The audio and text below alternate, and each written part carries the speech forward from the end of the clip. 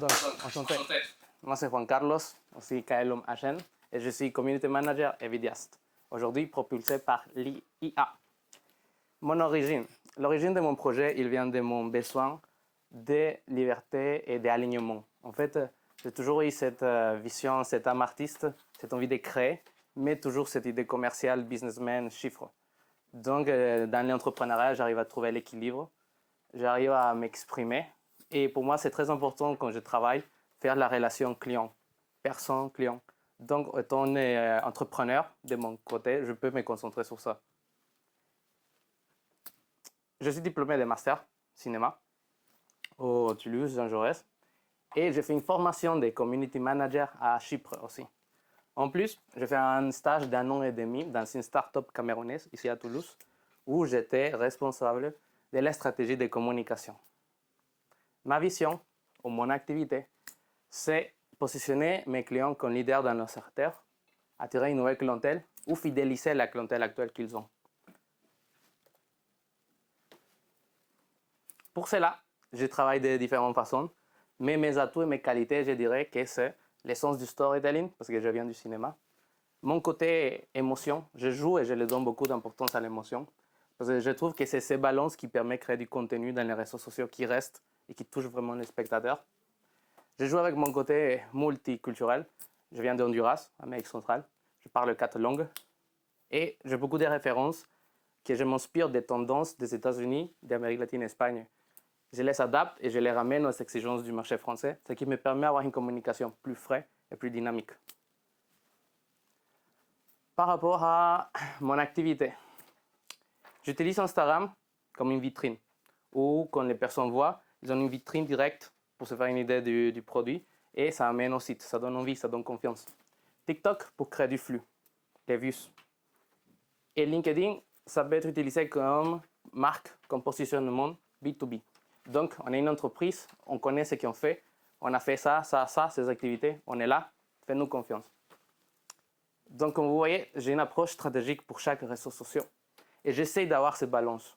KLM, c'est une boîte de production et une agence de communication stratégique.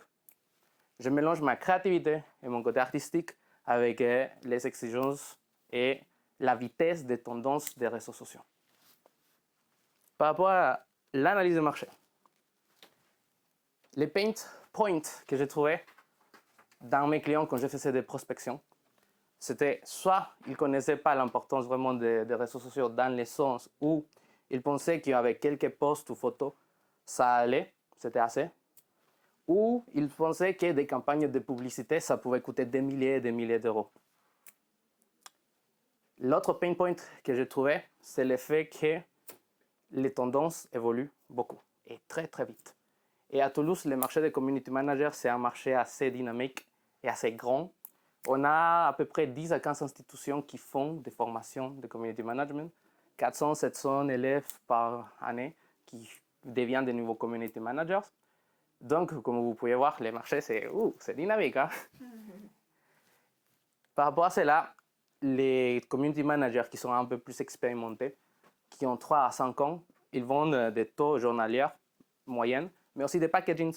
Et leurs packagings, ils tournent autour de 1500, 2500, 3000 euros. Moi, je me permets de me positionner dans cette fourchette, comme vous pouvez voir avec ces packagings que je vais développer après.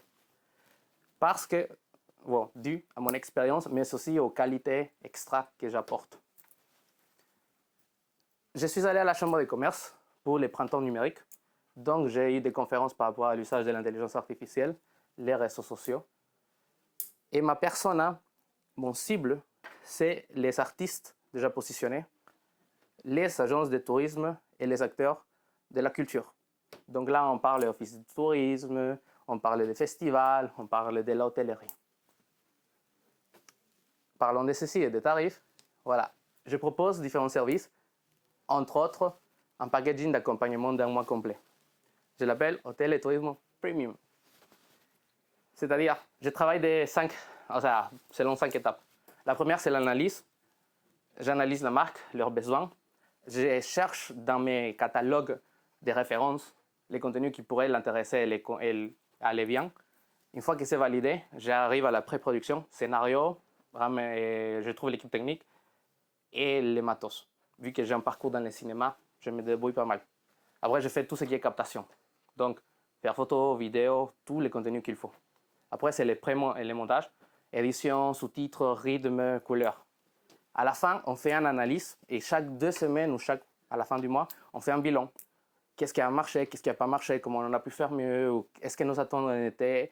Et on a accompli les attentes, on a allé au-delà. Bien sûr que dans mes packagings aussi, il y a les automatisations de publication avec un calendrier et Google Ads. Je peux pour booster des publicités. Sinon, j'ai captation de vidéos. Donc, je filme, institutionnel, privé, mariage, par exemple, particulier. Et j'ai des formations. J'apprends des personnes à utiliser les réseaux sociaux, comment les leviers, de pourquoi c'est important, comment avoir une présence, c'est quoi l'image que vous dégagez, comment l'améliorer, comment la traiter.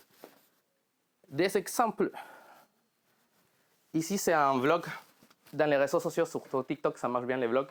Ça, je l'ai fait pour mon plaisir. Je documente ma vie d'artiste et entrepreneur. Ceci, c'était pour les marathons, pendant les marathons, pour les bars de Saint-Jérôme à Jean Jaurès. Donc, j'ai fait une captation vidéo. Aussi, j'ai travaillé pour la Toulouse Fashion Week et Mama Shelter. Ceci, c'est un post sur LinkedIn. On a fait de la communication, des interviews style podcast pour présenter les exposants qui allaient parler pendant la conférence. Donc, moi, je m'occupais de la réalisation, des scénarios et des sous-titrages et les montages. Avec Sophie Nanan, j'ai le plaisir de pouvoir travailler. Hier, j'étais chez Orange en train de capter l'événement de Sophie Nanan, Forum des leaders. Moi aussi, je l'ai aidé à faire ce design pour les bannières, qui c'était la publicité de l'événement. Et je l'ai aidé un peu à moderniser sa communication en faisant quelques posts pour elle, quelques templates. Et j'ai pris ces photos. Maintenant, si vous me permettez, ouais, je voudrais vous montrer ma bande de mots. Voilà.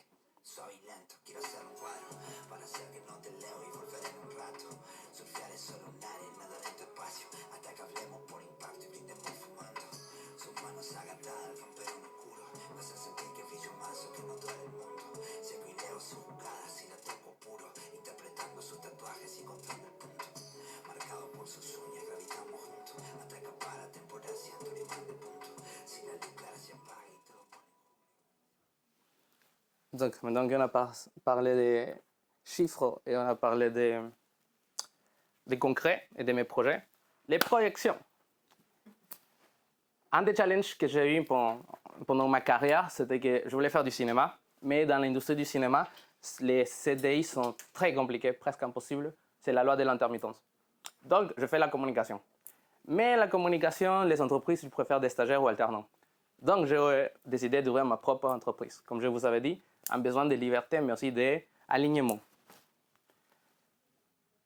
J'ai déjà mes cartes de... Ah, je vais vous présenter à la fin, j'ai failli oublier.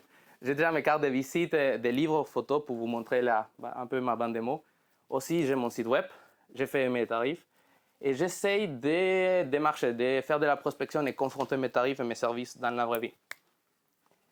Ce concours est important pour moi parce que c'est une opportunité pour exposer mon travail, pour confronter mon entreprise à des regards extérieurs, mes tarifications et mes services, et aussi pour développer les réseaux parce que moi, je suis quelqu'un qui va beaucoup dans les salons, qui essaie de faire du networking, participer. Et comme je viens dans le cinéma, et moi je viens d'un pays où les opportunités sont rares, j'aimerais ouvrir une agence d'ici 3 à 5 ans, développer cette agence à une agence de créativité et publicité, où je peux embaucher des personnes, où je pourrais aussi les donner les opportunités que j'ai eues, parce que je suis conscient que j'ai eu un parcours assez rare, donc j'aimerais redonner. Et les futurs. Donc, si vous me voyez parler avec autant de confiance et clarté aujourd'hui, c'est grâce à Mission Locale, grâce au groupement des créateurs.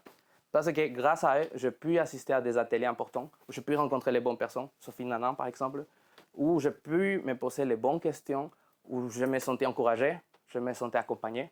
Et je remercie de tout mon cœur à Marie-Mathilde et à Marina, parce que c'est en quelque sorte une des gardiens de mon parcours entrepreneuriat. Et je suis ici devant vous, devant ce concours, pour vous demander, comme je vous disais, exposer mon travail, confronter, mais aussi par rapport à la dotation. Parce que les milieux de l'audiovisuel et les outils qu'il me faut sont chers. Et avec ces dotations, ça pourrait m'aider à avancer dans ces démarches financières pour pouvoir acheter les matos que j'ai besoin pour vraiment faire les travaux et les projets en lien avec mon ambition et ma vision.